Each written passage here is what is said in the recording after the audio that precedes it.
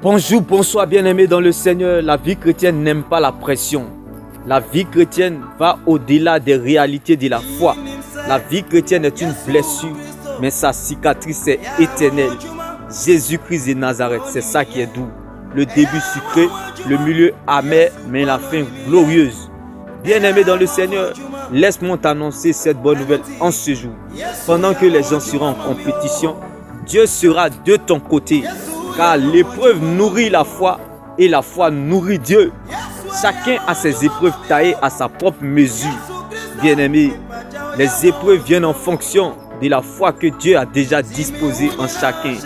Bien-aimés, tes épreuves sont liées à ta grandeur, car la grandeur ne surprend pas les grands.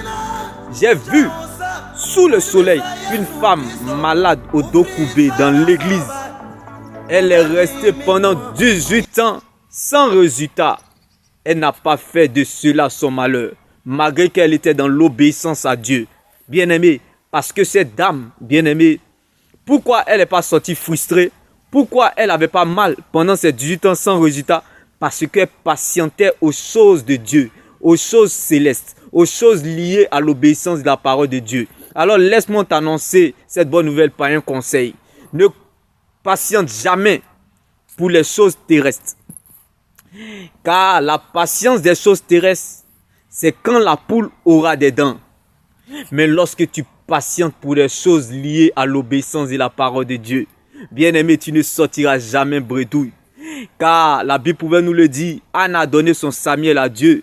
Dieu a pris la forme de ce qui manquait à Anne. Abraham a donné son Isaac à Dieu.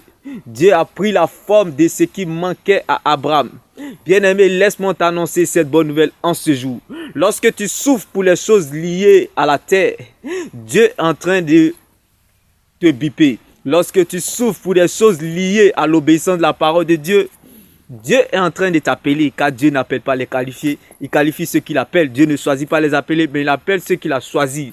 Alors laisse-moi t'annoncer cette bonne nouvelle en ce jour. Même Abraham, qui est le père de la foi, il a dû attendre 25 ans avant d'avoir son Isaac. Bien-aimé, alors sache que, bien-aimé, la grandeur ne surprend pas les grands. La foi est appelée à vivre les difficultés. Bien-aimé, sache que tu n'es pas le premier ni le dernier, bien-aimé, dans ce combat. Car nous ne combattons pas pour avoir la victoire, mais nous combattons dans la victoire. Bien-aimé, nous ne patientons jamais.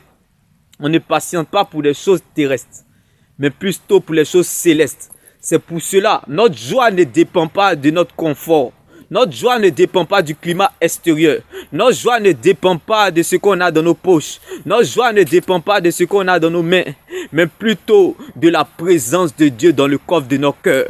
Plutôt de l'intérieur, la parole de Dieu qui est en nous, car c'est la parole de Dieu qui conditionne nos vies. Alors laisse-moi t'annoncer cette bonne nouvelle en ce jour, bien-aimé. La foi est appelée à traverser les difficultés. Bien-aimé, j'ai vu une femme malade, bien-aimé, à la paix des sangs. Depuis 12 ans, elle était païenne. Elle n'a pas fait de cela son malheur. Toi, tu es vainqueur. Toi, tu es plus que vainqueur. Tu ne feras pas le contraire. La femme malade à la paix des sangs, elle était vainqueur. Elle était païenne. Les païens sont les vainqueurs. Mais toi, tu es un plus que vainqueur. Et tu veux baisser les bras. Et tu veux abandonner. Et tu veux reculer. Bien-aimé, laisse-moi t'annoncer cette bonne nouvelle. Même si parfois, bien-aimé, vaut mieux reculer pour mieux sauter. Sache que avec Christ, bien-aimé, même si les yeux sont fermés, mais à cause de la parole de Dieu, nous continuerons à aller vers la direction du ciel comme Bartimée. Car c'est là notre finalité. Bien-aimé, avance, car ce qui t'attend est plus grand que ça. Ce que tu ne sais pas est plus grand que toi. Car la grandeur de tes épreuves est proportionnelle à la gloire qui t'attend. Personne ne peut te remplacer dans ce couloir. Bien-aimé, n'abandonne pas ton couloir, ne quitte pas ton couloir. Reste dans ton couloir malgré l'incertitude ou la désolation. À chacun son couloir, chacun dans son couloir. N'abandonne pas ton couloir. Reste dans ton couloir, ne quitte pas ton couloir. Demeure dans ton couloir, réside dans ton couloir, accepte son couloir. Car la promesse de Dieu n'a pas d'âge, mais elle est destinataire. C'est bel et bien toi. Cette dame malade au dos courbé depuis 18 ans dans l'église sans résultat, elle n'est pas restée bredouille, bien-aimée. Elle n'est pas sortie frustrée parce qu'elle patientait pour les choses célestes. Elle ne patientait pas pour les choses terrestres. Car la patience des choses terrestres, c'est quand la poule aura des dents. Mais patiente pour les choses de Dieu.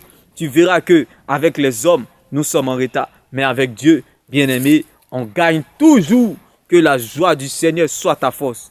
Demeure béni. Shalom. N'oublie surtout pas, ce n'est pas la condition de vie qui détermine ce que tu es. Mais plutôt c'est la parole de Dieu qui conditionne ta vie. Car la parole de Dieu, c'est la seule terre solide sur laquelle nous pouvons nous tenir. La parole de Dieu, c'est le médicament qui donnera la santé à ta destinée. La parole de Dieu, c'est la prophétie qui ne rate jamais son but. La parole de Dieu finit toujours par remettre chacun dans le couloir de sa destinée. N'abandonne pas ton couloir. Demeure dans ton couloir. Shalom.